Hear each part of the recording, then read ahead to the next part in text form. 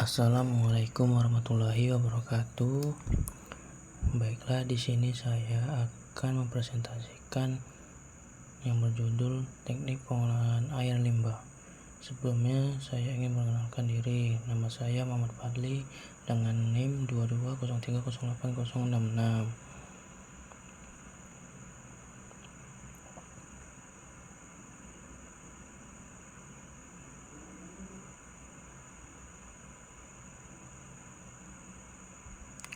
Latar belakang. Adapun latar belakang pencemaran air akibat limbah domestik, industri, dan pertanian berdampak pada kesehatan masyarakat dan kualitas lingkungan. Tekanan terhadap sumber daya air bersih meningkat seiring urbanisasi dan pertumbuhan industri.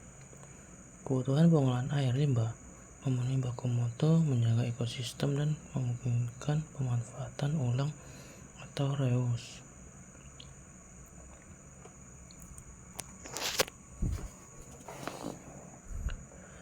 Rumusan masalah. Adapun rumusan masalah yang pertama, bagaimana karakteristik utama air limbah di wilayah target atau domestic waste industry. Yang kedua, teknik pengolahan apa saja yang efektif dan sesuai kondisi lokal. Dan yang ketiga, bagaimana memastikan ketaatan terhadap baku mutu dan berkelanjutan operasi IPAL. Tujuan. Adapun tujuan yang pertama, menjelaskan teknik-teknik utama pengolahan air limbah yang umum digunakan. Yang kedua, membandingkan kelebihan dan kekurangan setiap teknik utama aplikasi domestik atau industri. Dan yang ketiga, memberikan rekomendasi rancangan IPAL sesuai karakteristik limbah dan sumber daya lokal. Pembahasan.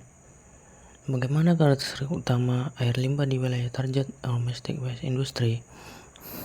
Yang pertama, air limbah domestik umumnya mengandung BOD dan COD tinggi dari aktivitas rumah tangga, TSS, minyak lemak, deterjen, patogen, dan nutrien atau N dan P. Karakteristiknya relatif fluktuatif tetapi tidak terlalu toksik. Yang kedua, air limbah industri sangat tergantung pada jenis industri. Dapat mengandung logam berat, bahan kimia beracun, senyawa organik persisten, amonia tinggi, pH ekstrim, serta konsentrasi COD atau BOD yang jauh lebih besar. Limbah industri cenderung lebih berbahaya dan memerlukan pengolahan khusus. Teknik pengolahan apa saja yang efektif dan sesuai kondisi lokal? Yang pertama, domestik. Proses biologis seperti activate sludge, biofilter, RBC, dan konstruksis wetland atau murah dan efektif untuk organik. Yang kedua, industri. Proses fisiko-kimia, koagulasi, absorpsi, neutralisasi membran, serta proses anaerob seperti UASB untuk beban organik tinggi. Dan yang ketiga, pemilihan teknologi pempertimbangan lahan, biaya operasional, kapasitas teknik operator, dan kombinasi proses bila diperlukan.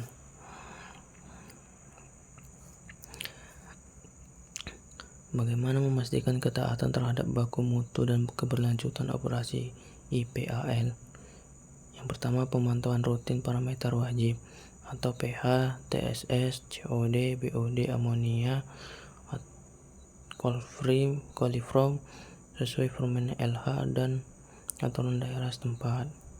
2. Maintenance berkala unit-unit IPAL atau screening, pompa aerasi, sedimentasi. Yang ketiga, pelatihan operator untuk memastikan pengendalian beban masuk, pengukuran parameter, dan troubleshooting. 4. Pencatatan dan pelaporan hasil monitoring ke DLH secara berkala.